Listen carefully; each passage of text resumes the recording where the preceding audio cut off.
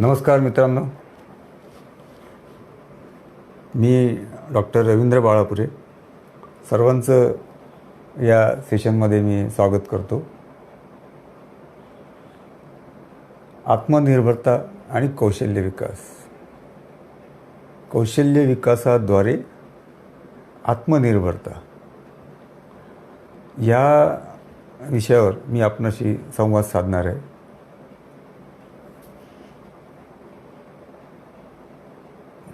आत्मनिर्भरता, कौशल्य विकासाच्याद्वारे आत्मनिर्भरता या विषयावर मी आपणाशी संवाद साधतो आहे. साधारण मोठा विषय आहे. व्यवसाय शिक्षण आणि प्रशिक्षण खात्यामध्ये साधारणतः 25 वर्षाची नोकरीचा अनुभव माझ्या गाठीशी आहे. त्याआधी इंजिनियर म्हणून MSCB आणि काही इंजिनिअरिंग कॉलेजेसमध्ये प्राध्यापकी असं सगळ्या प्रकारचा अनुभव माझ्याजवळ आहे आणि तो आपणाशी शेअर करावा, आपल्यासोबत तो वाटावा असं माझ्या लक्षात आलं आणि या माध्यमातून मी आपणाशी संवाद पहिल्यांदाच साधत आहे. आपण बऱ्याचशा परिचर्चांमध्ये, परिसंवादांमध्ये, बैठकांमध्ये भेटलो आहे, परंतु या ऑनलाईन या मीडियाच्या माध्यमातून पहिल्यांदाच आपण सहभागी होतो आहे. माझा आवाज आपल्याला क्लिअर आहे? कोणीतरी एक मेसेज करा. साधारण आवाज जर क्लिअर असेल तर आपण पुढे हा संवाद कंटिन्यू करू. कोणीतरी कराड सर जॉईन झालेले आहेत, टाकळकर पण आलेले आहेत, गुजर आमचे जुने सहकारी ते पण या चर्चासत्रामध्ये आलेले आहेत. बरेचसे रुजू होत आहेत, येत आहेत. सगळ्यांचं स्वागत. याचे साधारण मी 3 भाग केलेले आहेत या चर्चासत्रामध्ये किंवा आपल्या या कौशल्य विकास आणि आत्मनिर्भरता या विषयामध्ये साधारण 3 भाग मी केले आहेत. याचं साधारण इंट्रोडक्शन, याची पार्श्वभूमी, कौशल्य विकास म्हणजे काय, नंतर शैक्षणिक अर्हता आणि कौशल्य विकास किंवा कौशल्य अर्हता याच्यामध्ये काय फरक आहे, आणि त्यानंतर आत्मनिर्भरता ही कशी साध्य होणार कौशल्य विकासाच्या माध्यमातून वेगवेगळ्या सेक्टर्समध्ये बघूया. त्यामध्ये आपण किती आज कव्हर करू शकतो, कारण शेवटी लेक्चरला ही एक लिमिट असते. काही काळानंतर त्याचा कंटाळा येतो. त्यामुळे जितका भाग आपल्याला आता घेता येईल तो आपण घेऊया. आणि सुरुवात आपण एका मोटिवेशनल शायरीपासून करू. फार जुनी कविता आहे फार, आणि त्याच्यामध्ये कोणी म्हणतं ती हरिवंशराय बच्चन यांची कविता आहे, परंतु स्वतः अमिताभ बच्चन यांनी एका फेसबुक पोस्टमध्ये सांगितलं होतं की ही कविता हरिवंशराय बच्चनची नसून ही सोहनलाल द्विवेदी हे जे एक प्रतिष्ठित कवी होऊन गेलेत त्यांची आहे. तर बरेच जण आता रुजू होत आहेत. तर सुरुवात आपण या थोड्या मोटिवेशनल शायरीपासून करू. सध्याचा काळ आपल्याला माहिती आहे. कोरोना महामारीचं संकट हे सगळ्या जगात फैललेलं आहे. चीनमधनं कधी त्याची सुरुवात झाली आणि कधी त्यांनी त्याचं वैश्विक स्वरूप धारण केलं हे आपल्याला लक्षात आलं नाही, इतकं ते वेगाने सगळीकडे त्याचा प्रसार झाला आणि त्याचा परिणाम सगळीकडेच झाला. उद्योग व्यवस्थेवर झाला, शिक्षणावर झाला, आर्थिक व्यवस्थेवर झाला. तरी नाउमेद न होता आता याच्यातून पुढे कसं जायचं याच्याबद्दल थोडं मोटिवेशनल शायरी जी आहे ती आपण ऐकू म्हणण्यापेक्षा तुम्ही ऐका. लहरों से डरकर नौका पार नहीं होती. सगळ्यांना माहिती आहे ही कविता. लहरों से डरकर नौका पार नहीं होती, कोशिश करने वाले की कभी हार नहीं होती. कोशिश करने वालों की कभी हार नहीं होती। नन्ही चींटी जब दाना लेकर चलती है, चढ़ती दीवारों पर 100 बार फिसलती है। मन का विश्वास रगों में साहस भरता है। चढ़कर गिरना, गिरकर चढ़ना न अखरता है। आखिर उसकी मेहनत बेकार नहीं होती। कोशिश करने वालों की कभी हार नहीं होती। कोशिश करने वालों की कभी हार नहीं होती। डुबकियाँ सिंधु में गोताखोर लगाता है। डुबकियाँ सिंधु में गोताखोर लगाता है। जा जाकर खाली हाथ लौट कर आता है। मिलते नहीं सहज ही मोती गहरे पानी में। मिलते नहीं सहज ही मोती गहरे पानी में। बढ़ता दुगना उत्साह इसी हैरानी में। मुट्ठी उसकी खाली हर बार नहीं होती। मुट्ठी उसकी खाली हर बार नहीं होती। कोशिश करने वालों की कभी हार नहीं होती। कोशिश करने वालों की कभी हार नाही होती। मित्रांनो, प्रयत्नांती परमेश्वर असं म्हटलेलं आहे आणि ते करत राहायला पाहिजे.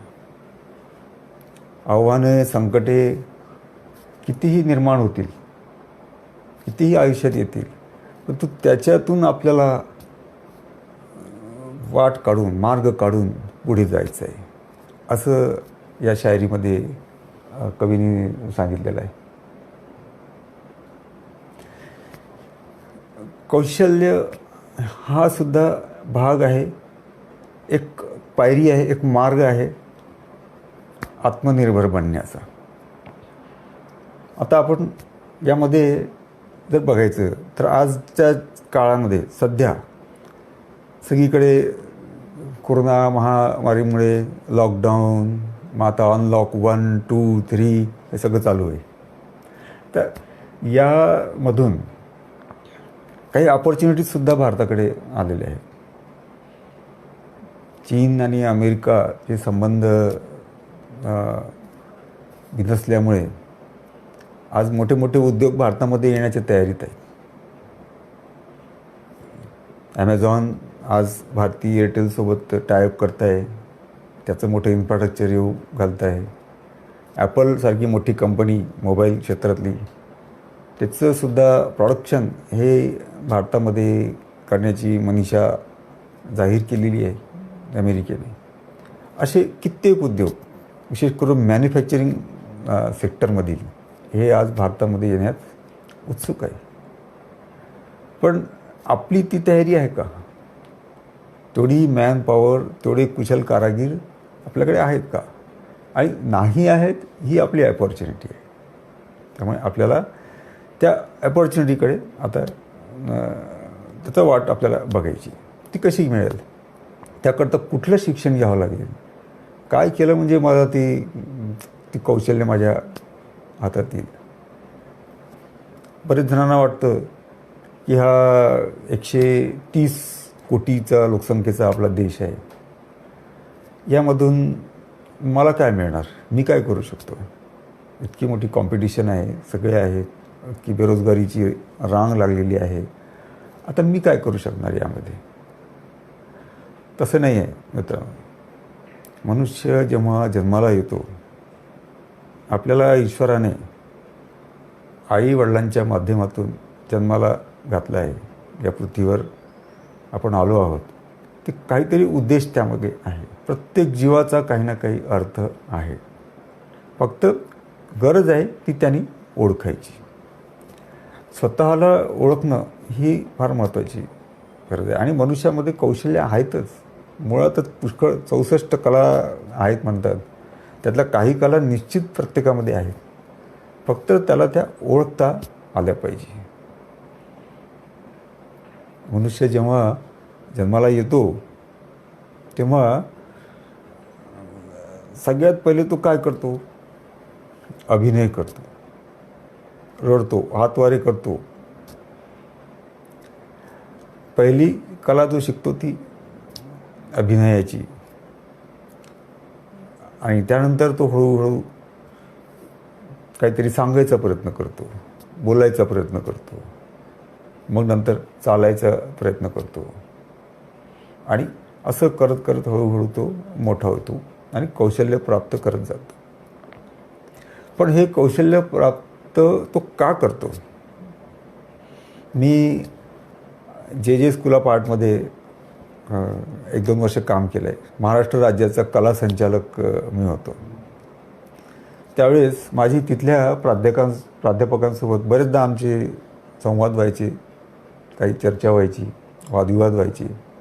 आता मी इंजिनियर, मी सांगायचो आम्ही IIT-मधले इंजिनियर, आमचे जे कौशल्य आहे ते सगळ्यात श्रेष्ठ.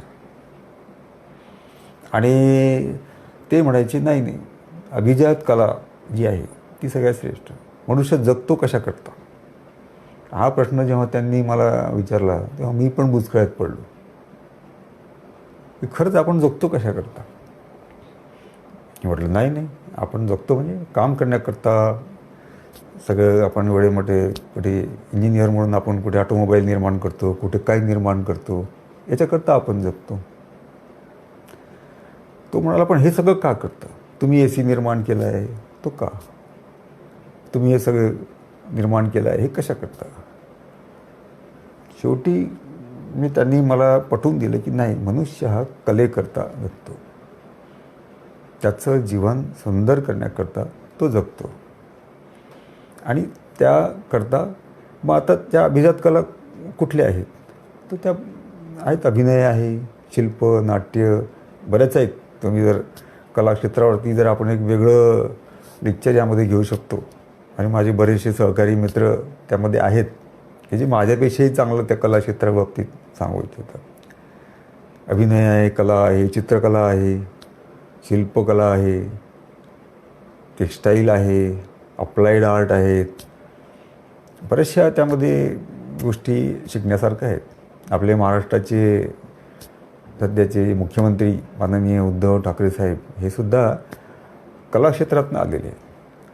अप्लाइड आर्टमधला फोटोग्राफी क्षेत्रातला त्यांचं त्यामध्ये पदवी आणि क्वालिफिकेशन आहे.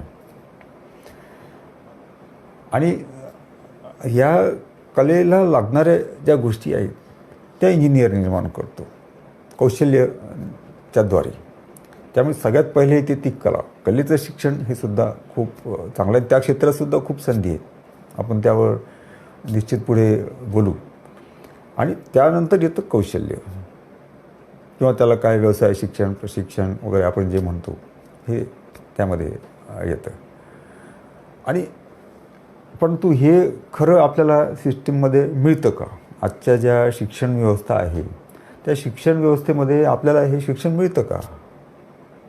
हे पण थोडं आपल्याला बघणं आवश्यक आहे. आणि शेवटी मध्ये फरक काय आहे?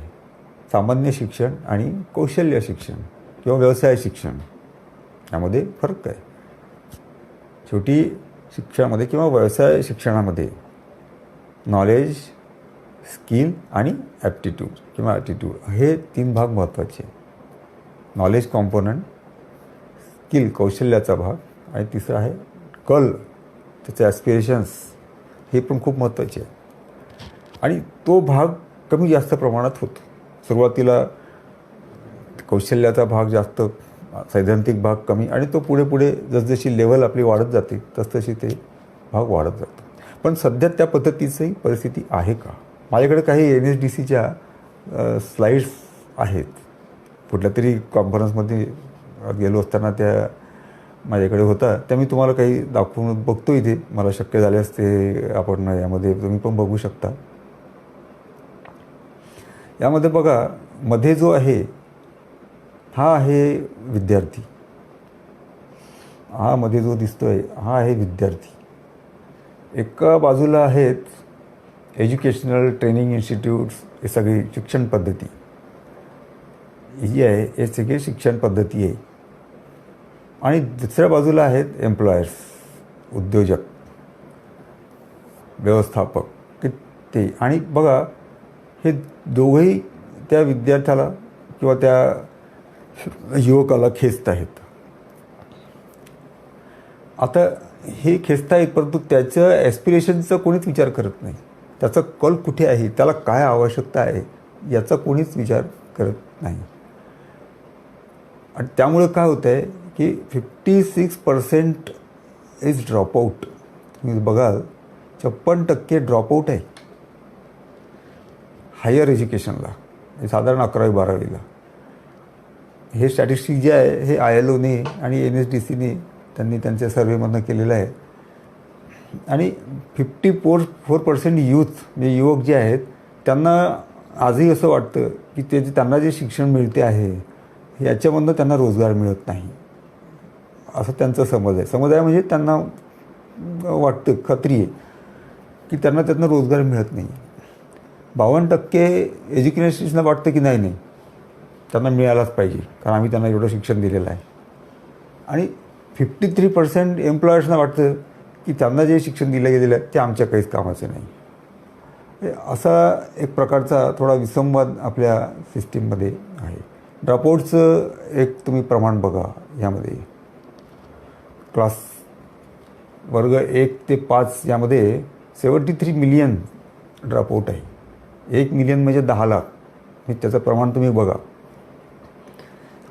क्लास 4थी ते 8वीपर्यंत 11 मिलियन ड्रॉपआउट आहे.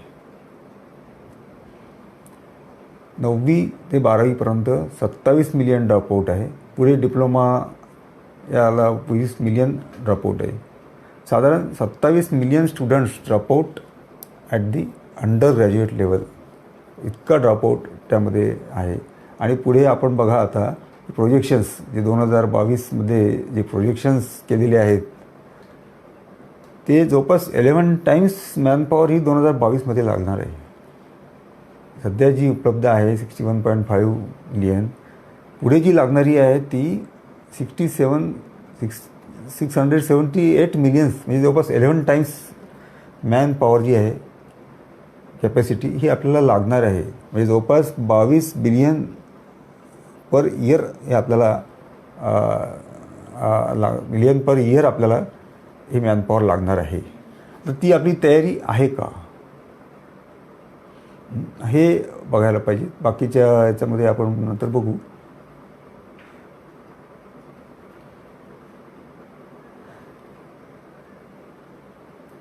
यामध्ये एक भाग आपल्याला असा आपण बघितलं की ड्रॉपआउटचं प्रमाण, हे प्रमाण मुळात गल्लत काय होतं आहे आज आपल्या राज्यामध्ये किंवा देशामध्ये BA, BCom, BSc, engineers, BE झालेले लोक आहेत, पण तरी बेरोजगारांची रांग आहे. एवढी शैक्षणिक अर्हता असताना सुद्धा बेरोजगारी कशी काय? ते ना रोजगार करू शकत आहे, स्वरोजगार करू शकत आहे, म्हणजे आत्मनिर्भर ते बनूच शकत नाही आहे. याला कारण काय? हे असं का होतं आहे? याचं कारण आहे की शैक्षणिक अर्हता कितीही असली तरी त्याची कौशल्य लेव्हल जी आहे ही 0 आहे. बऱ्याच जणांना वाईट वाटेल. बरेचदा असं लक्षात येतं की इंजिनियर मोठा IITमधनं पासआउट होऊन एखाद्या फील्डवर जातो, त्याची परिस्थिती, एखाद्या इलेक्ट्रिकल इंजिनियरची मी परिस्थिती सांगतो, यार्डमध्ये जातो किंवा त्याच्या ऑफिसमध्ये जातो, त्याचा बॉस त्याला सांगतो की तू जा त्या स्विच यार्डमध्ये जाऊन सर्किट ब्रेकर ऑफ कर, दुसरं आयसोलेटर ऑन कर, सेकंड बसवरती हे फिडर टाक, रिॲक्टर ऑन कर आणि वापस ये. आता इतकं त्याला सांगितल्यानंतर तो म्हणतो की मला त्याच्यातलं काहीच माहीत नाही. इथे आपली शिक्षण पद्धती फेल होते. त्यांनी हे सगळं कागदावर पाहिलेलं आहे. कधी तो यार्डमध्ये गेलाच नाही, कुठलं प्रॅक्टिकल त्या ठिकाणी केलेलं नाही. शेवटी त्याला तिथले जे सहकारी त्याचे ITI होल्डर्स असतात, आर्टिसन वगैरे, त्याच्या माध्यमातून त्याला पुढे जाऊन आपलं शिक्षण घ्यावं लागतं. तर हा फरक आहे शैक्षणिक अर्हता आणि कौशल्य अर्हतेमध्ये. चीन हा देश का पुढे गेला? कारण मूळ त्याचं शिक्षण पद्धतीत आहे मित्रांनो. आपली पद्धत 10+2+3, 10वी 12वी आणि नंतर ग्रॅज्युएशन. 10वीपर्यंत जवळपास सगळे विषय हे सारखे आहेत, सगळ्यांना ते जवळपास कंपल्सरी आहे. एखाद दुसरं 9वी-10वीला सध्या काही शाळांमध्ये व्यवसाय शिक्षणाचे, कौशल्याचे विषय सुरू झाले. परंतु फार प्रमाण फार कमी आहे. 100-200 शाळा सोडल्या तर बाकी कुठे काहीच नाही. परंतु 10वी नंतर मग आपल्या इकडे 11वी-12वीला थोड्या प्रमाणात बायफर्गेशन आहे. आर्ट, कॉमर्स, सायन्स असं आपण त्याला म्हणतो. किमान कौशल्यावर आधारित अभ्यासक्रम, त्याला अधिक 2 स्तरावर अभ्यासक्रम, असे बायफर्गेशन आहेत. आणि खरं जे पदवी शिक्षण आहे हे 12वी नंतर चालू होतं. अशी आपली पद्धत आहे. चीनमध्ये 6+6+3 शेवटी आहे 15 वर्षच. 15 वर्षाचं शिक्षण आपण 10+2+3 मध्ये डिवाईड केलं आहे. त्यांनी 6+6+3 याच्यामध्ये डिवाईड केलं आहे. साधारण 6वीपर्यंत त्यांनी बेसिक एज्युकेशन दिलं आहे. 6वी नंतर त्यांनी बायफर्गेशन दिलं आहे. मी एकदा चीनमध्ये हाँगकाँगमध्ये गेलो होतो. त्या हाँगकाँगमधल्या एका कौशल्य तिथे विद्यापीठ आहेत. कौशल्य विद्यापीठाच्या एका सेंटरला मी गेलो होतो. त्या ठिकाणी मी या गोष्टी बघितल्या की जिम्नॅशियम हा विषय त्यांच्या 9वी-10वीला होता बोर्डाच्या परीक्षेला. जिम्नॅशियम आहे, बास्केटबॉल आहे, स्पोर्ट्सचे विषय, संगीताचे विषय, काय वेस्टर्न म्युझिक, हे म्युझिक, पुष्कळसे विषय हे मुलांना त्यांनी 6वी नंतर ऑप्शन म्हणून दिलेले होते. आणि विषय निवडायचं स्वातंत्र्य हे त्या मुलाला होतं. त्या सेंटरला जेवढे काही विषय आहेत आणि मल्टीडिसिप्लिन, तुम्हाला वाटलं म्युझिक मला शिकायचं आहे एक विषय जिम्नॅशियम शिकायचं आहे, एक विषय मला काय टेक्निकल शिकायचं आहे, मॅथ्स शिकायचं आहे, सायन्स काही प्रत्येक फिजिक्स शिकायचं आहे, तो त्याच्या आवडीने ते विषय घेऊ शकतो आणि त्याची तो 10वी. त्यामुळे काय झालेलं आहे की तिथे वेगवेगळ्या क्षेत्रामधली मॅनपॉवर त्यांना सुरुवातीलाच मिळते. मुलांचं वय साधारण 14 वर्षाचं झालं की त्याच्या सायकोमेट्र नर्व्ह जे आहेत या डेव्हलप होतं. म्हणजे तो कार्य करण्याची शक्ती त्याच्यामध्ये येते. त्यावेळेस जर त्याला तुम्ही कुठलं शिक्षण दिलं, कौशल्य दिलं की तो मग पुढे जाऊन त्यामध्ये त्याची जी भरारी आहे तो नक्कीच घेऊ शकतो. परंतु ती त्याला त्यावेळेस दिलं पाहिजे. होतं काय आपल्या शिक्षणामध्ये की आपण 10वी आली की मुलाची बॅट, बॉल किंवा त्याच्या हातातलं काय गिटार असेल किंवा काय असेल ते बाजूला ठेवून देतो आणि त्याला सांगतो नाही तो अभ्यास कर, 10वीला इतके मार्क आले पाहिजे, 12वीला एवढे आले पाहिजे, तरच तू पुढे जाऊ शकशील. आणि इथे त्याच्यामधले आपण कौशल्य जे आहे ते लेवल 0 करून टाकतो. कल त्याचा बघत नाही, त्याचे ॲस्पिरेशन वेगळंच असतं. असं नाही की नुसतं ते गिटार वाजवून त्याला पुढे रोजगार मिळणार आहे. पण तो विषय त्याला 100 मार्काचा विषय त्याला त्याच्या कारकिर्दीत त्याला घ्यायला मिळाला पाहिजे, जेणेकरून त्याच्यामध्ये सुद्धा तो त्याचं जो आवड आहे ती निर्माण होऊ शकतं. त्यासोबत तो इतरही विषय शिकेल. ह्या गोष्टी देणं, अवेलेबल करून देणं हे आवश्यक आहे. तेच चीनमध्ये दिलेलं आहे. त्यामुळे आज बघा त्यांचे किती मेडल मिळतात त्यांना त्या ऑलिम्पिकमध्ये. सारखी लोकसंख्या असताना त्यांची मेडलची संख्या ही 100-200 असते आणि आपण 4 आणि 5 वरती असतो. त्याचं कारण शिक्षण पद्धती. आपल्याकडे सुद्धा 3 भाषा आपण काही कमी नाही आहोत, त्यांच्या थोडीच आहोत. थोडी जर सुधारणा आपल्या या शिक्षणामध्ये केली तर आपण त्यांना पुढे मागे टाकू शकतो. आणि आज ती संधी आपल्याला मिळालेली आहे. त्याप्रमाणे बदल आपल्याला थोडे या शिक्षण पद्धतीमध्ये करायला पाहिजे आणि युवकांनी स्वतःमध्ये करायला पाहिजे. आवड पण पाहिजे. व्हाईट कॉलर जॉब करून कुठंतरी बटन दाबून आपलं पैसे मिळवणे हे सगळ्यांना शक्य नाही आहे. त्यामुळे आणि कुठलंही काम कमी दर्जाचं नाही आहे. मग ते कार्पेंटरचं असो, फिटर आहे, इलेक्ट्रिशियन आहे, वेल्डर आहे, काय सगळी कामं चांगली आहेत. पूर्वीच्या काळात 12 बलुतेदार एका गावामध्ये सगळे चांगली नांदायचे, एकमेकांना सपोर्ट असायचा, गाव स्वावलंबी असायचं, आत्मनिर्भर गाव असायचं. तर ते आपण का शिकू नये त्या पण गोष्टीमध्ये. कारण त्याला एकतर थोडासा दोष शिक्षण पद्धतीमध्येही आहे, कारण त्याला सन्मान नाही आहे. आज चांगला कार्पेंटरला डिग्री मिळू शकत नाही. तो ITIचं जे सर्टिफिकेट आहे तिथेच त्याची ग्रोथ थांबते.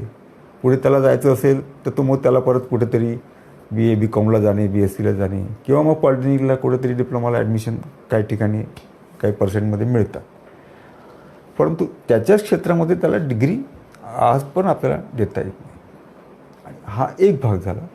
दुसरा भाग आहे त्याला प्रॉडक्शन पण करता येत नाही. आज चायनामध्ये जी विद्यापीठ आहेत ते एक प्रकारचे प्रॉडक्शन सेंटर्स आहेत. तिथे हे जॉब्स जे आहेत, आपण ITIमध्ये जे जॉब मुलांकडनं करून देतो त्या जॉबचं स्वरूप हे तिथे प्रॉडक्टच्या स्वरूपात आहे. तिथे जे एज्युकेशन आहे हे प्रॉडक्ट ओरिएंटेड आहे. मोबाईल बनवायचा त्याचं शिक्षण देणारं त्या ठिकाणी, कौशल्य देणारं त्या ठिकाणी संस्था आहे. आणि ते प्रॉडक्ट तयार होऊन त्या विद्यापीठात निर्माण होतात आणि पुढे ते मार्केटमध्ये येतात. त्यामुळे त्याची व्हॅल्यू कमी असते. टॉईज आहेत, काय पुष्कळचे प्रॉडक्ट्स आहेत, हे त्या युनिव्हर्सिटीमध्ये त्यांना करायला मिळतात. आपल्याकडे थोडं रॉ मटेरियल मिळत नाही आणि शिक्षण पद्धतीमध्ये तो भाग नाही आहे. जो आहे तो थोडा 12वीच्या जवळपास ITIमध्ये आहे. अधिक 2 स्तरावरील व्यावसायिक संस्थांमध्ये सुद्धा आहे. ते सुद्धा जे त्याला जुना आपण NCVC म्हणत होतो, फार चांगले त्या ठिकाणी अभ्यासक्रम आहेत. परंतु त्याला मान्यता जी आहे ती नाही. एक पर्यायी मार्ग म्हणून तो आहे. सामान्य शिक्षणाचा भाग का असू नये? शेवटी तेही शिक्षणच आहे. ते सुद्धा एक शिक्षण आहे. मग त्याचं तुम्ही ते सामान्य शिक्षण नाही आणि हे व्यवसाय शिक्षण, कौशल्य शिक्षण हे वेगळं का?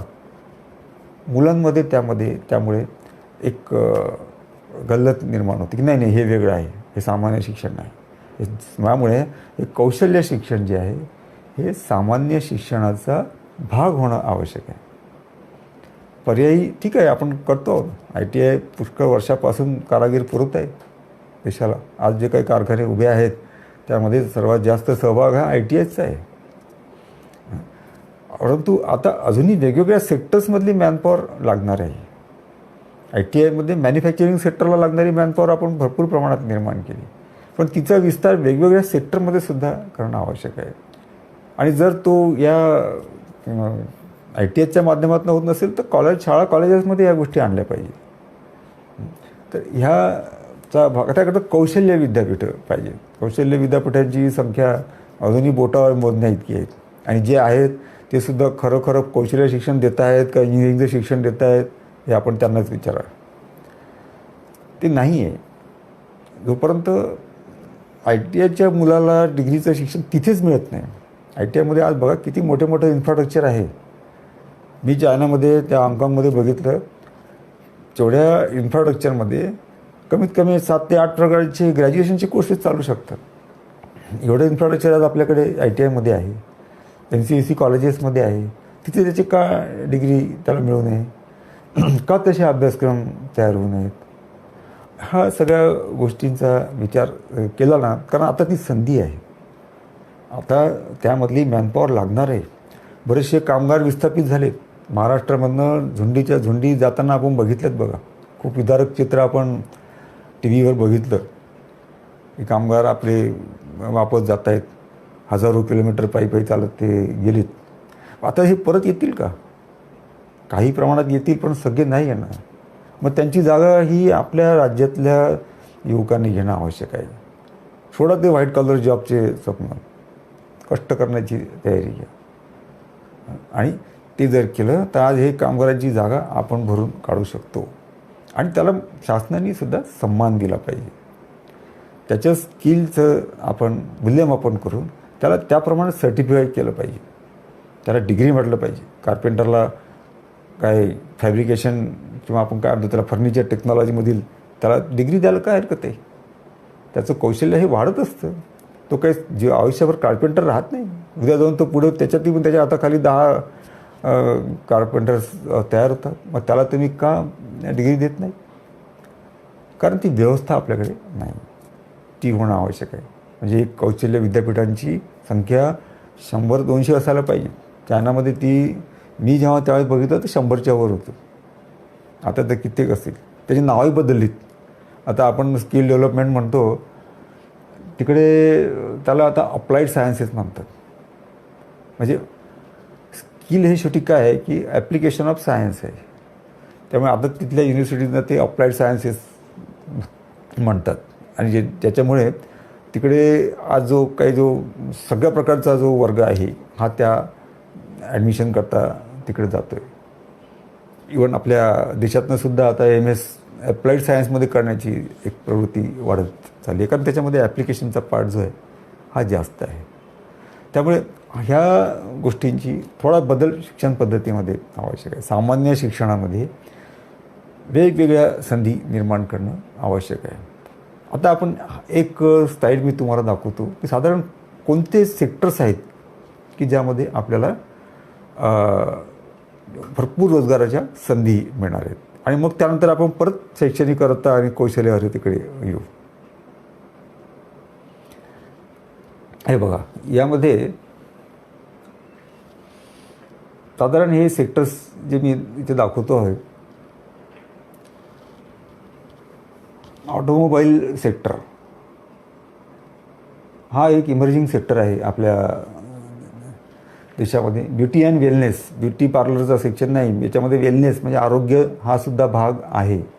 Food processing, gems and jewellery, retail.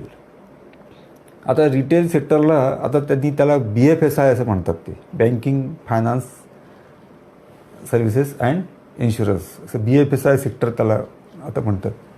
Textiles, handloom and handicrafts, त्यानंतर hospitality, leather and leather goods, domestic help. आता हे जे स्टॅटिस्टिक्स आहे 2010मधलं आहे, याच्यामध्ये अजूनही बरेचसे बदल जे आहेत ते झालेले आहेत. काही इमर्जिंग सेक्टर्स त्याच्यामध्ये आहेत बघा. रिन्युएबल एनर्जी हा एक सेक्टर आता नवीन येतो आहे, रिन्युएबल एनर्जी. त्यानंतर aeronautics, electronics, waste water management. आणि शिवाय महत्त्वाचा जो आहे तो ॲग्रिकल्चर. त्यामध्ये तर भरपूर आपण त्यामध्ये पुढे बघणार आहोत की किती संधी त्यामध्ये आहेत. तर त्यामध्ये पुढे त्यांनी गुजरात, त्यानंतर आपण आता महाराष्ट्राकडे येऊया. बघा, हे महाराष्ट्र.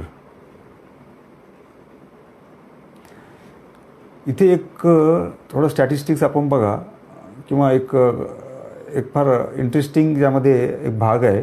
इथे एक्स ॲक्सिसला यूथ ॲस्पिरेशन्स म्हणजे मुलांचा कल कुठे आहे हे दाखवलेलं आहे.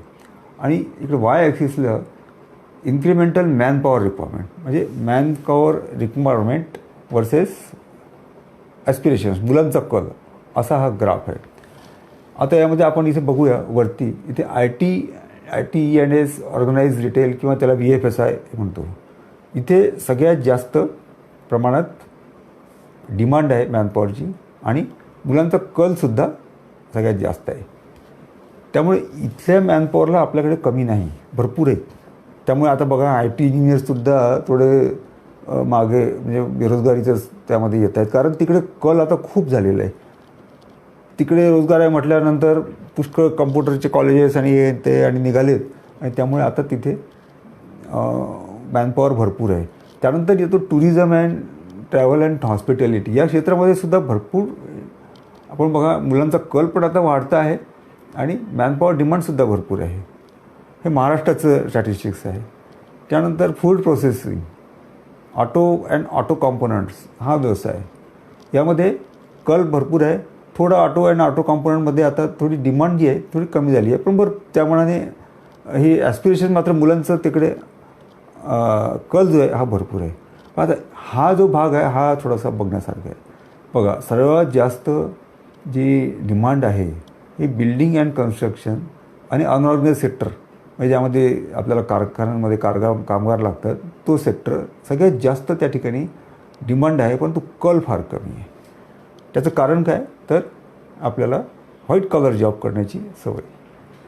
भरपूर संधी आहेत बिल्डिंग, कन्स्ट्रक्शन, अनऑर्गनाइज सेक्टरमध्ये. त्यानंतर या ॲग्रिकल्चर अलाइड सेक्टरमध्ये, जेम्स अँड ज्वेलरी, याच्यामध्ये आणि केमिकल अँड फार्मास्युटिक्समध्ये यामध्ये डिमांड भरपूर आहे, परंतु मुलांचा कल फार कमी आहे.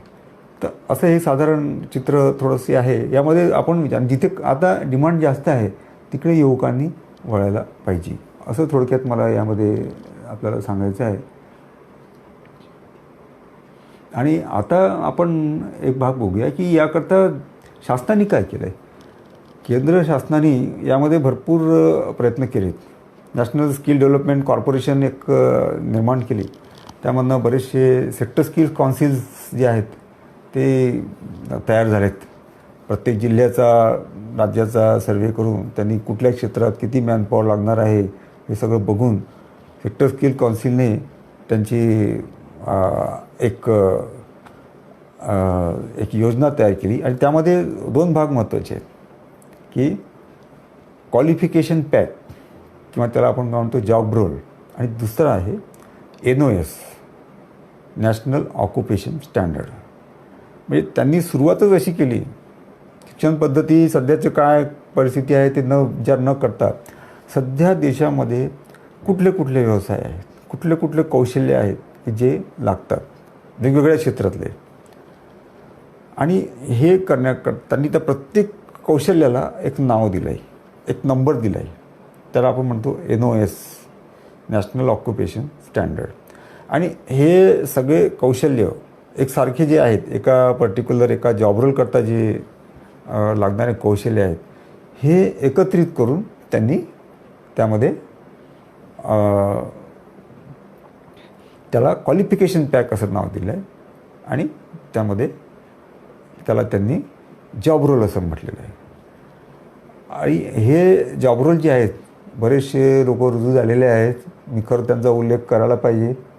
गुजर सर, पांडुरंग कोल्हे, जे जुने सहकारी, पंडितराव कराड सर आंबेजोगाईचे, ते सुद्धा सुरुवातीपासून यामध्ये आहेत. Rohit Kulkarni,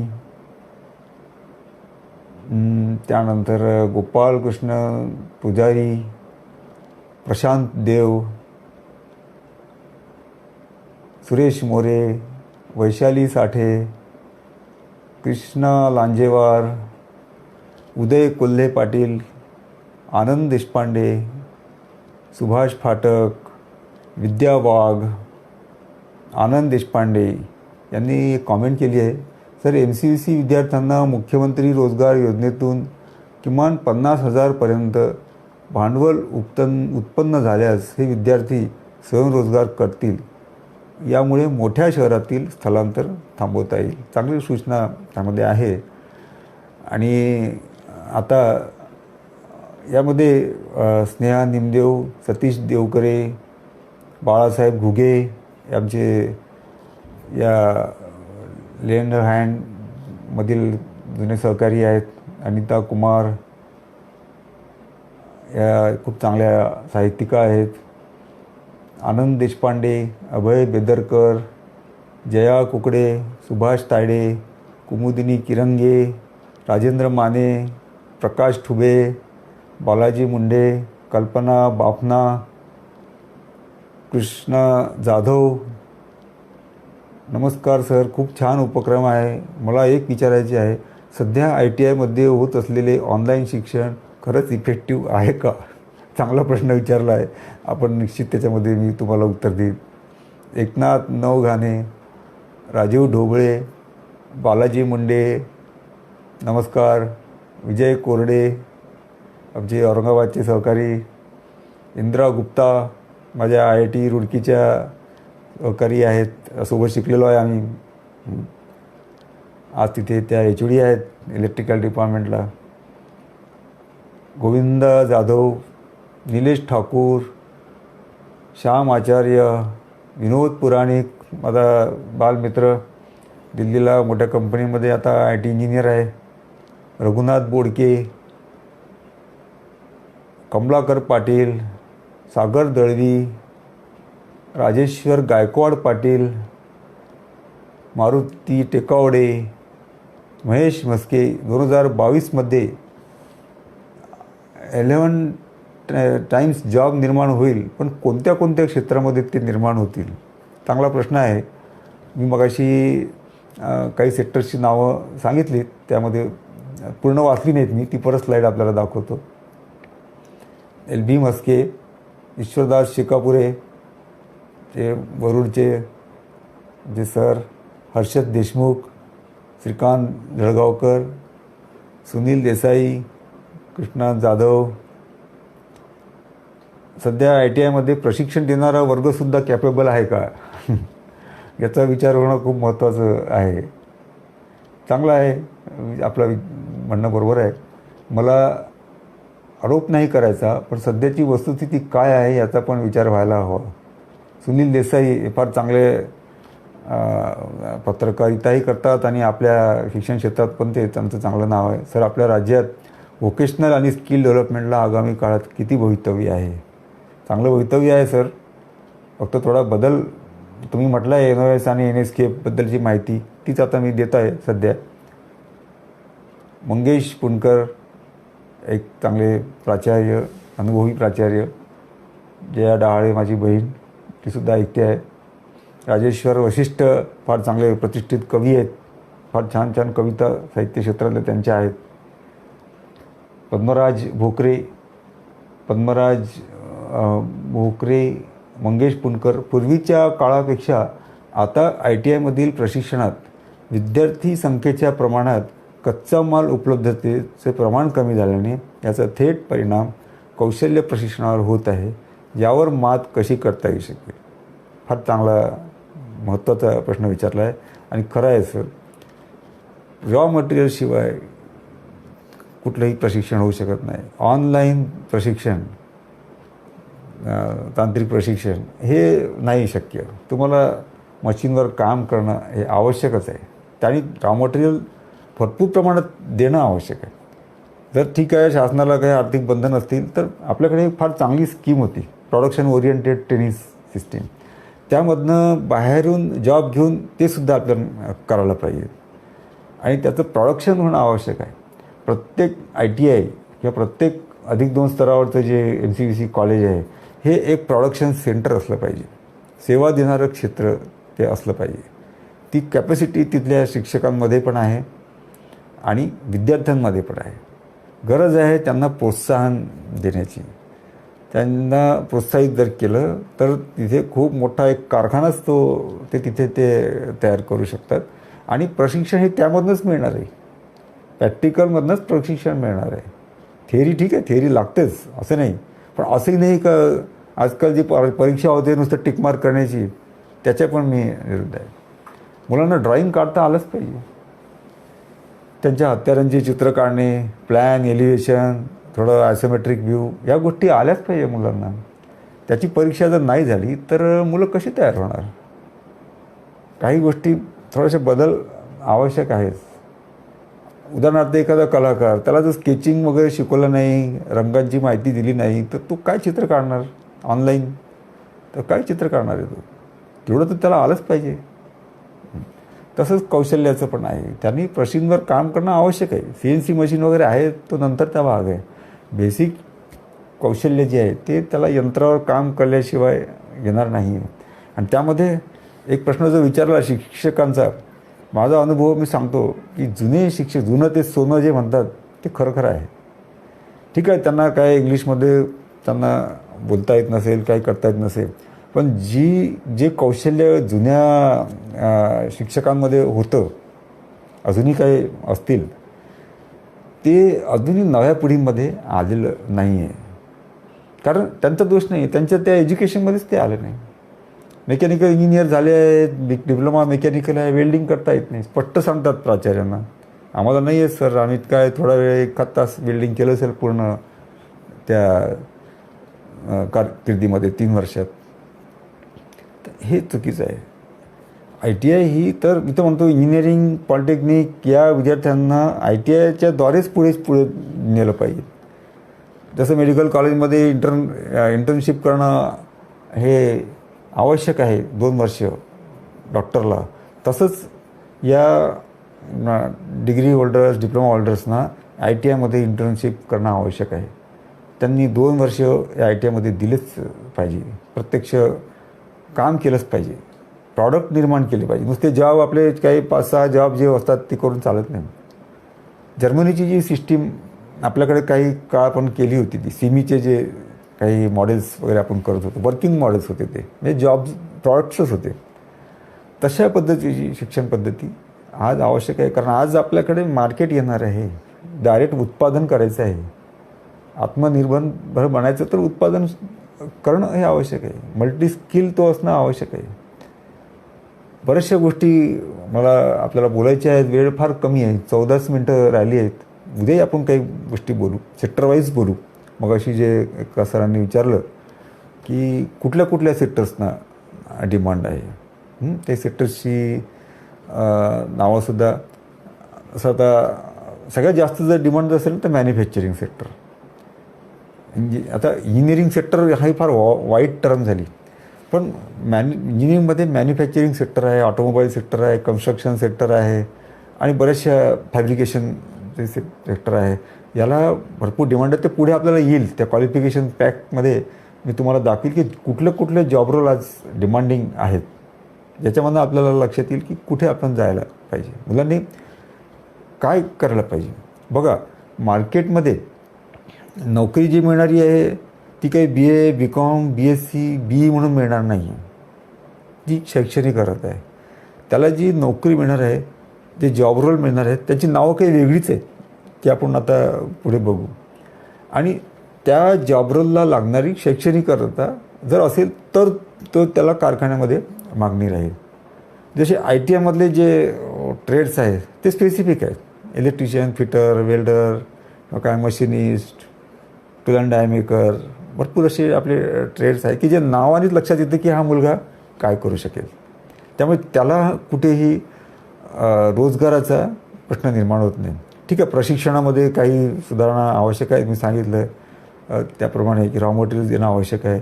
production oriented training system ITIमध्ये राबवणं आवश्यक आहे. प्रोडक्शन सेंटर्स प्रत्येक ITIमध्ये असणं आवश्यक आहे.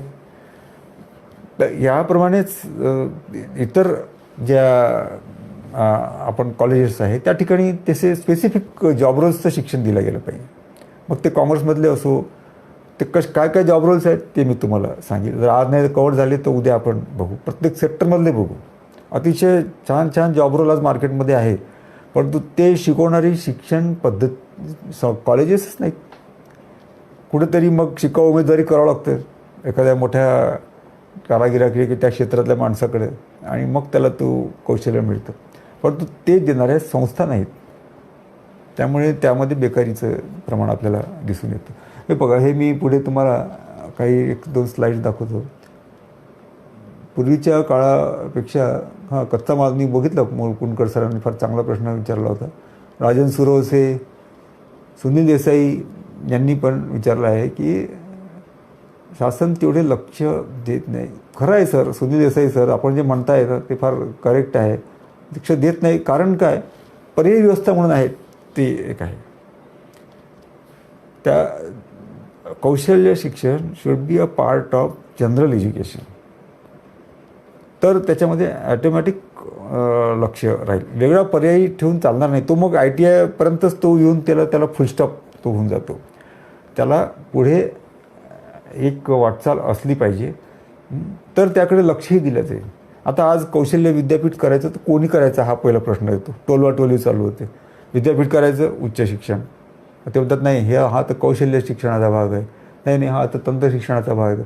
असं करत आपले कौशल्य विद्यापीठ अजूनही माझ्या मते जोखूड नाही. आता मी पण रिटायर होऊन 1-2-3 वर्ष झालेले आहेत, पण अजूनही असं खऱ्या अर्थाने कौशल्य विद्यापीठ की जे याच्यामधनं ITIच्या विद्यार्थ्याला पुढे डिग्री मिळेल, अधिक 2 स्तरावरच्या NCSC संस्थांतल्या मुलांना डिग्री मिळेल. ती मग बॅचलर ऑफ स्किल्स असो, बॅचलर ऑफ व्होकेशनल असो, कुठली का असो, पण ती मिळेल असं चित्र, आणि ते पण सामान्य शिक्षणाच्या मार्गातून, हे आवश्यक आहे.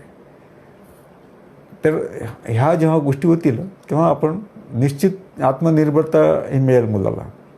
त्याला वाटेल नाही मी या जॉब रोल करता तयार झालेला आहे, हा माझा जॉब रोल आहे, आणि त्यामुळे मी त्यामधनं एकतर रोजगार मला मिळेल, नाहीतर मी माझा स्वयंरोजगार करेन. हे चित्र निर्माण करायचं, आणि हा मार्ग आहे आत्मनिर्भरतेचा. यामध्ये बघा, आपण इतके सगळे सेक्टर्स, एक मिनटं मी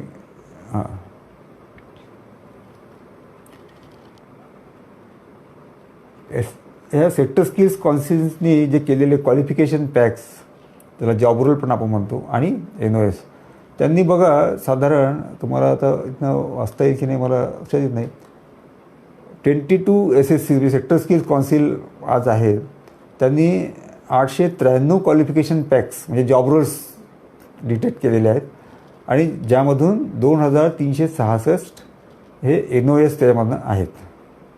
आता याचा अर्थ काय की आता खालचा एक चार्ट बघा आपण, याच्यावरनं थोडंसं चित्र लक्षात येईल. हे बघा, मग अशी कोणी विचारत होतं ना कुठल्या सेक्टर्सना डिमांड आहे काय आहे. बघा ॲग्रिकल्चर सेक्टर यामध्ये आता हे 2010मधले याच्यामध्ये वाढ झालेली असणार. आज जे त्यांनी म्हटलं आहे की 2360 त्यामध्ये आम्ही NOS आहेत म्हणून, आज त्यामध्ये ते 4000पर्यंत गेलेले आहेत. त्यांनी जे जॉब रोल्स म्हटले आहेत 300पर्यंत, आज ते जॉब रोल्ससुद्धा 500-600 झालेले आहेत. आणि सेक्टर स्किल्स काउन्सिल 22च्या ऐवजी आता 30 झालेले आहेत, वाढलेले आहेत. ॲग्रिकल्चरमध्ये बघा क्वालिफिकेशन पॅक जो आहे हा 42 क्वालिफिकेशन पॅक ते मध्ये 224 जे आहेत हे NOS आहेत. आणि या NOS जे आहेत म्हणजे वेगवेगळे व्यवसाय ते एकत्रित करून 42 जॉब रोल्स केलेले आहेत. आता याची नावं वगैरे आपण पुढे बघू. आणि यामध्ये बघा level 1, level 2, level 3, level 4, level 5, level 6, level 7, level 8 हे दिसतं आहे.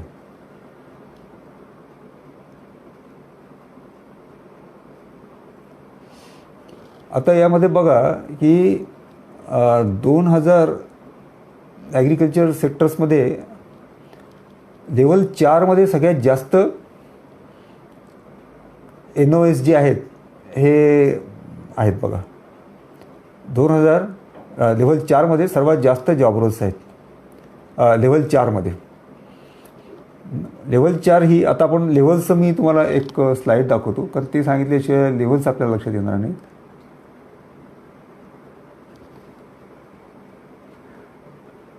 हे बघा ह्या लेवल्स आहेत, या लेवल्स पहिले आपण बघून घ्या. दिसत आहेत का सर्वांना? कारण ते थोडा माझा यामध्ये सगळी कामं मी करतो आहे. याच्यामध्ये कॅमेरामनचं काम, लेक्चर द्यायचं काम, स्लाईड्सचं काम. त्यामुळे हे बघा लेवल 1 जी आहे ही क्लास 9th. लेवल 1 जी आहे ही class 9. Level 2 class 10, class 11 level 3, class 12 level 4, diploma 5. ITI जी आहे ही साधारण 4 किंवा 5मध्ये आपण त्याला समजू शकता. ITI level. Graduate certificates 6 level, bachelor degree 7, post graduate 8, masters 9 आणि डॉक्टरेट 10th. या सामान्य शिक्षण आणि कौशल्य शिक्षण याची ही एक कंपॅरिझन आहे लेवल्सच्या बाबतीत. ती आपण जर लक्षात ठेवली की मग आपल्याला पुढे आपण परत इथे येऊ या क्वालिफिकेशन पॅक्सपाशी. बघा ॲग्रिकल्चर लेवलला आपण जर बघितलं 42 क्वालिफिकेशन पॅक्स, 224 NOS आणि ते जे डिस्ट्रीब्यूट झालेले आहेत हे 42 क्वालिफिकेशन पॅक यामध्ये लेवल 4ला 32 आहे. म्हणजे 12वीलाच एवढं शिक्षण हे पुरेसं आहे ॲग्रिकल्चर करता. डिग्री आणि त्यापुढे करता जायला फार कमी आवश्यकता आहे. 12वीचं शिक्षण हे पुरेसं आहे ॲग्रिकल्चर करता. ॲपरलमध्ये पण आपण बघा 17 क्वालिफिकेशन पॅक्स, 72 NOS. लेवल 4ला 10 आहे, लेवल 5ला 4 आणि डिप्लोमा लेवलचे 4 जॉब रोल्स आहेत, लेवल 4चे 10 जॉब रोल्स आहेत. ऑटोमॅटिव्ह बघा यामध्ये भरपूर प्रमाणामध्ये क्वालिफिकेशन पॅक्स आहेत. आता जेव्हा क्वालिफिकेशन पॅक जास्त आहेत, जॉब रोल जास्त आहेत, म्हणजेच त्यामधल्या संधी ज्या आहेत ह्या जास्त आहेत हे लक्षात घ्या. यामध्ये 519 म्हणजे 519 NOS आहेत. आणि यामध्ये सुद्धा बघा आपण लेवल 4ला म्हणजे 12वी किंवा ITI लेवलला 49 जॉब रोल्स आहेत. लेवल 5ला म्हणजे डिप्लोमा लेवलला 38 आहेत आणि लेवल 6ला म्हणजे डिग्री लेवलला 49 आहेत. आणि यामध्ये डिझायनिंग वगैरेचा पण भाग असल्यामुळे लेवल 7, लेवल 8पर्यंतसुद्धा त्याची आवश्यकता आहे. ब्युटी वेलनेस यामध्ये साधारण 3 जॉब रोल्स आहेत. आता हे वाढले आहेत, यामध्ये हे 2010-11मधले फिगर्स आहेत. यामध्ये सुद्धा आता भरपूर जॉब रोल्स आलेले आहेत. BFSI म्हणजे बँकिंग फायनान्स सर्व्हिसेस आणि इन्शुरन्स यामध्ये ते 6 क्वालिफिकेशन पॅक दाखवतात. याच्यात पण वाढ झालेली आहे आता. आणि 20 NOS यामध्ये आहेत. Capital goods, construction, electronics, James and jewellery, healthcare, ITS, logistics, life science, media and entertainment हा सुद्धा एक खूप मोठा सेक्टर येतो आहे बघा. मीडिया अँड एंटरटेनमेंट यामध्ये 47 जॉब रोल्स आहेत आणि त्यामध्ये 20 जॉब रोल्स हे 12वी लेवलला आहेत. नंतर mining, plumbing, retail, rubber, security, telecom, tourism, असे साधारण 22 सेक्टर यामध्ये इमर्जिंग दाखवलेले आहेत. याशिवाय ॲग्रिकल्चरचे सुद्धा आपल्याकडे आहेत. त्याचे त्यावेळेस हे तयार झालेले नव्हते QPs, ते आता तयार आहेत. हे जे आहेत पुढचे 15 सेक्टर्स यामध्ये सुद्धा जॉब रोल्स आता तयार आहेत. तर ह्या सगळ्या गोष्टी बघताना म्हणजे आपल्याला लक्षात आलं की जॉब रोल हे किती महत्त्वाचे आहेत. आपण आता काही जॉब रोल्स बघूया. वेळ आपला संपत आलेला आहे. तर एक ऑटोमोबाईलमधले आपण काही जॉब रोल्स बघूया. मॅन्युफॅक्चरिंगमधले आपण जॉब रोल्स बघा. हा ऑटोमोबाईलमधला ऑल डोमेन्स किंवा मॅन्युफॅक्चरिंग सेक्टरमधले हे जॉब रोल्स बघा. Assembly line machine setter, NSQF level 6. याच्या लेवल्स मी कौशल्य ज्या लेवल म्हटलं ना त्याला national skill qualification framework levels म्हणतात.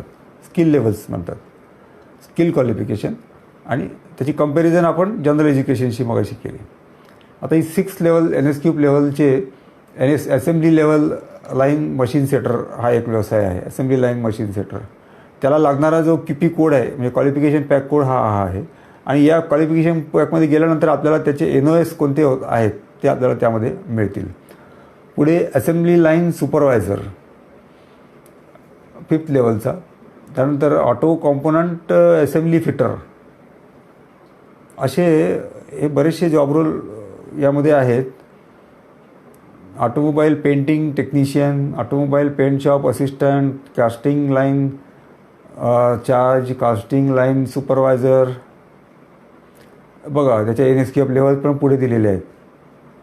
Forging line supervisor, forging operator.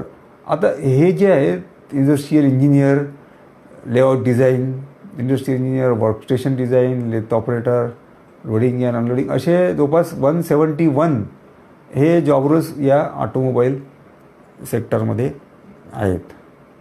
आता मी जेव्हा ऑटोमोबाईल सेक्टरमध्ये 191 जॉब रोल्स त्यामध्ये आहेत. तर ह्या जॉब रोल्सला कारखान्यामध्ये नोकरी आहे किंवा स्वयंरोजगार करता येणं शक्य आहे. नुसतं मेकॅनिकल म्हणून नाही चालणार, त्याला नाही नोकरी मिळणार. पण त्याला जर म्हटलं मी तुम्हाला अशी दाखवली असेंब्ली काय फिटर किंवा काय इंडस्ट्रियल इंजिनियर वगैरे असे ह्या पोस्टला या जॉब रोलला तिथे रोजगार पण मिळतो. आणि त्यामध्ये त्याला नाही मिळाला तर तो स्वयंरोजगार म्हणून सुद्धा त्यामध्ये काम करू शकतो. कारण एका मोठ्या इंडस्ट्रीला बजाजची किंवा टाटा किंवा महिंद्राच्या जर घेतल्या त्यांच्या 200 वेंडिंग इंडस्ट्रीज असतात. आणि म्हणजे त्या मोठ्या कारखान्यामध्ये तर असेंब्लिंगचं काम असतं पण त्याचे पार्ट बनवण्याचे सुद्धा कितीतरी वेंडर्स त्यांचे असतात. म्हणजे तर त्याला तेच ते जॉबरच ते काम आहे. तर ते जर आपण मिळवलं तर आपण स्वयंरोजगारसुद्धा करू शकतो, आत्मनिर्भरसुद्धा बनू शकतो. एवढं मी या ठिकाणी आपल्याला सांगू इच्छितो. बराचसा भाग आहे आपण फक्त एकच सेक्टरचं ते फार घाईघाईत बघितलं. आपण पुढच्या भागामध्ये मीडिया अँड एंटरटेनमेंट सेक्टर हा पण भाग बघूया. त्यानंतर ॲग्रिकल्चर सेक्टर पण बघूया. ब्युटी अँड वेलनेस यामधले जॉब रोलसुद्धा आपण बघूया. डिटेल बघूया एक एक सेक्टर. आपण जर प्रतिसाद दिला तर एक एक सेक्टर करता आपण एक एक जो भाग आहे तो आपण घेऊ शकतो. मला वेळ आहे, मी निश्चित आपल्याला तो माझा अनुभव शेअर करण्याची माझी तयारी आहे. बऱ्याचशा जे काही प्रश्न आपण विचारलेत, काही स्लाईड्स डबल बघण्यासाठी महेश म्हस्के सर म्हणत आहेत की तुम्ही 2022ची सुद्धा फिगर दाखवा. नक्कीच दाखवेल. ते सगळे आपल्याकडे आहेत, त्या सगळ्या गोष्टी दाखवेल. NCVC-बद्दलसुद्धा खूप चर्चा बरीचशी आपण केली, अजूनही करणं आवश्यक आहे. याचं सामान्य शिक्षणामध्ये रूपांतर कसं करता येईल? It should be a part of general education. असे वेगवेगळे पर्यायी मार्ग ठेवून नाही चालणार. मुलांना ऑप्शन हे सगळ्यांनाच मिळाली पाहिजे, तो कुठलाही मुलगा असो. आणि त्याप्रमाणे आणि ITIमध्ये सुद्धा आता बऱ्याच जणांनी म्हटलं की त्यात पण बदल पाहिजेत. मग कसं आहे, ही सेंट्रल गव्हर्नमेंट स्कीम आहे, त्यामध्ये सर्व भागातल्या विद्यार्थ्यांचा विचार करून शैक्षणिक पद्धत त्यांनी तयार केलेली असते. त्यामुळे आता महाराष्ट्रातल्या मुलांची हे एज्युकेशन लेवल फार जास्त आहे, ग्रास्पिंग लेवल खूप जास्त आहे. त्यांना तो अभ्यासक्रम बरेचदा थोडा कमी वाटतो की नाही एवढंच काय शिकवतं, अजून काही शिकवलं पाहिजे. परंतु देशाच्या स्तरावर तो विचार असल्यामुळे कधीकधी तो अभ्यासक्रम आपल्याला कमी वाटतो. आता तो बदल आपण राज्यस्तरावरती काही भाग करू शकतो. आपल्या स्टेट काउन्सिल वगैरेमधनं काही त्याला पूरक असे काही जोड अभ्यासक्रम जर आपण दिले ITIमध्ये तर लेवल आपली पण वाढू शकते. सुधारणा बऱ्याच आवश्यक आहे, आपण नक्की चर्चा करू. माझी इच्छा आहे काही जे अनुभवी प्राचार्य किंवा आहेत आपणही याच्यामध्ये मला वाटते जॉईन करण्याची सुद्धा सोय आहे. आपण उद्या बघूया की त्यामध्ये आपल्यालाही जर काही जॉईन होता आलं, काही संवाद करता आला तर आपण निश्चित त्यामध्ये करू. वेगवेगळ्या जॉब रोल्सबद्दल बोलू, कारण आत्मनिर्भर बनण्याचा मार्ग या जॉब रोल्सच्याद्वारे आहेत, कौशल्याच्याद्वारे आपल्याला आत्मनिर्भरता आहे. बाकी तर आर्थिक तर भरपूर पॅकेजेस आहेत, त्याचाही आपण पुढे जाऊन विचार करू. 20 लाखाचा माननीय पंतप्रधानांनी घोषणा केली आहे MSME सेक्टरकरता, लघुउद्योजकाकरता. तर त्याचं आपण स्वागत केलं पाहिजे, त्याचा उपयोग करून घेतला पाहिजे. 3,000 करोड रुपये आपल्या कौशल्य शिक्षणाकरता दिलेले आहेत, मग त्याचाही वापर व्हायला पाहिजे व्यवस्थित. स्किल डेव्हलपमेंट सेंटर्स त्या पद्धतीने व्हायला पाहिजेत. वेगवेगळ्या मॅन्युफॅक्चरिंग सेक्टरमधले स्किल डेव्हलपमेंट सेंटर्सची फार आवश्यकता आहे. आता आपले स्किल डेव्हलपमेंट सेक्टर अजूनही काही अभ्यासक्रमापुरतेच मर्यादित आहेत. मॅन्युफॅक्चरिंग सेक्टरमधले स्किल डेव्हलपमेंट सेंटर्स आले पाहिजे. कारखान्यांनी, NGOजनी, कॉर्पोरेट्सनी यामध्ये पुढे जर आले तर निश्चित आपल्याला ह्या संधीचा उपयोग करून घेता येईल. शेवट आपण आपल्या याचा काही मोटिवेशनल यामधनं कोटने करूया आणि परत मी आपल्याला कळेल, त्यामध्ये आपण भेटू. काही सूचना असल्यास नक्की पाठवा मला, मी त्याचा नक्कीच आपल्या लेक्चरमध्ये त्याचा वापर करीन. साहिल पे पहुंचने से इनकार किसे है लेकिन तूफानों से लड़ने का मजा ही कुछ और. साहिल पे पहुंचने से इनकार किसे है लेकिन तूफानों से लड़ने का मजा ही कुछ और है. कहते हैं कि किस्मत खुदा लिखता है लेकिन, कहते हैं कि किस्मत खुदा लिखता है लेकिन उसे मिटा के खुद गढ़ने का मजा ही कुछ और है. म्हणजे ठीक है, खुदा ने हमारी किस्मत बनाई है, मगर वो भी मिटा के उससे भी हम लड़के आगे जाने का मजा ही कुछ और है. असं काही यामध्ये तो शायर सांगतो आहे. बेहतर से बेहतर की तलाश करो. सतत आपण खोज हमने करना चाहिए, हर वक्त देखते रहना चाहिए. पुढच्या सत्रामध्ये मी पर्सनॅलिटी डेव्हलपमेंटवरती पण काही गोष्टी आपल्याला सांगणार, टीमवर्कच्या वरती. मिल जाए नदी तो समंदर की तलाश करो. बेहतर से बेहतर की तलाश करो. मिल जाए नदी तो समंदर की तलाश करो. टूट जाता है शीशा पत्थर की चोट से. टूट जाता है शीशा पत्थर की चोट से. टूट जाए पत्थर ऐसा शीशा तलाश करो. टूट जाए पत्थर ऐसा शीशा तलाश करो. धन्यवाद. आपण सगळेजण माझ्या चर्चासत्रात आलात. सर्वांना शुभेच्छा. आपण आपलं योगदान या कौशल्य विकास मोहिमेमध्ये नक्कीच द्याल याची मला खात्री आहे. जय हिंद, जय भारत, जय महाराष्ट्र.